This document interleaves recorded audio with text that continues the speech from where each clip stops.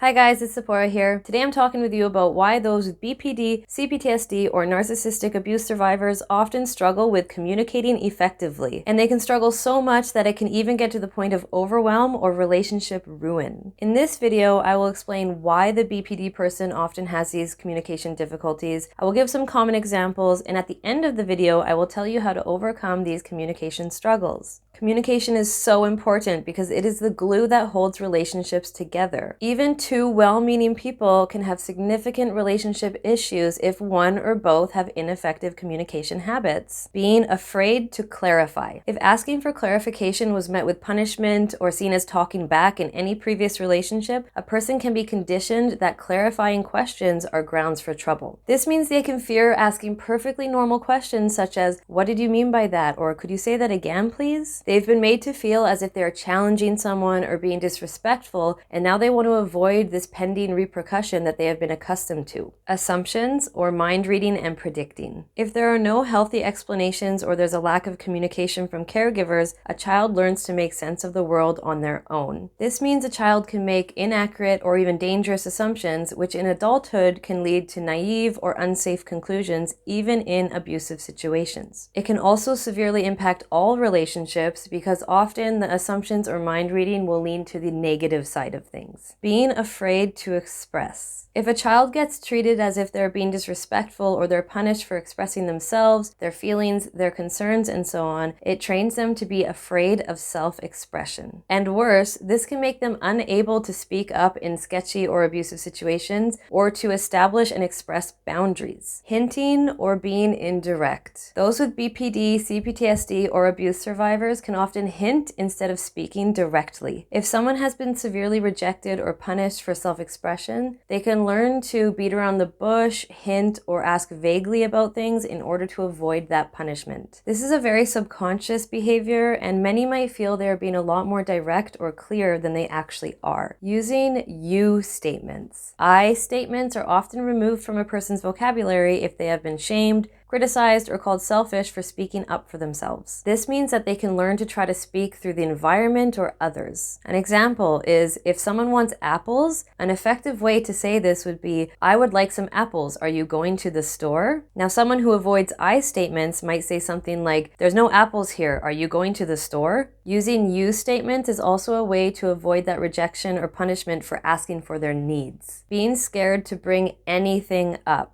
If one is brushed off, dismissed, or ridiculed for bringing up things, achievements, ideas, etc., it means that they're trained to even not bring up positive things. Also, being punished for complaining or asking for something can condition a person to try to handle things themselves or just not bring up any concerns at all. It can be very nerve-wracking for a person struggling with this to bring up either positive or negative situations because it's as if they all seem equally rejectable or unimportant. Over-explaining. Feeling the need to have excuses, explanations, or giving too much detail when saying no to someone, canceling an event, or declining an invitation can all be due to unresolved trauma, past abuse, or invalidation. That same person who struggles with a simple no might not expect that same thorough detail from others, but it's as if it's an automatic reflex in the self due to the abusive conditioning. It is a self-protection program that hasn't yet been deactivated. And I want to add that abusive people do take advantage of someone's over-explaining, as a solid no is the effective way to communicate such boundaries.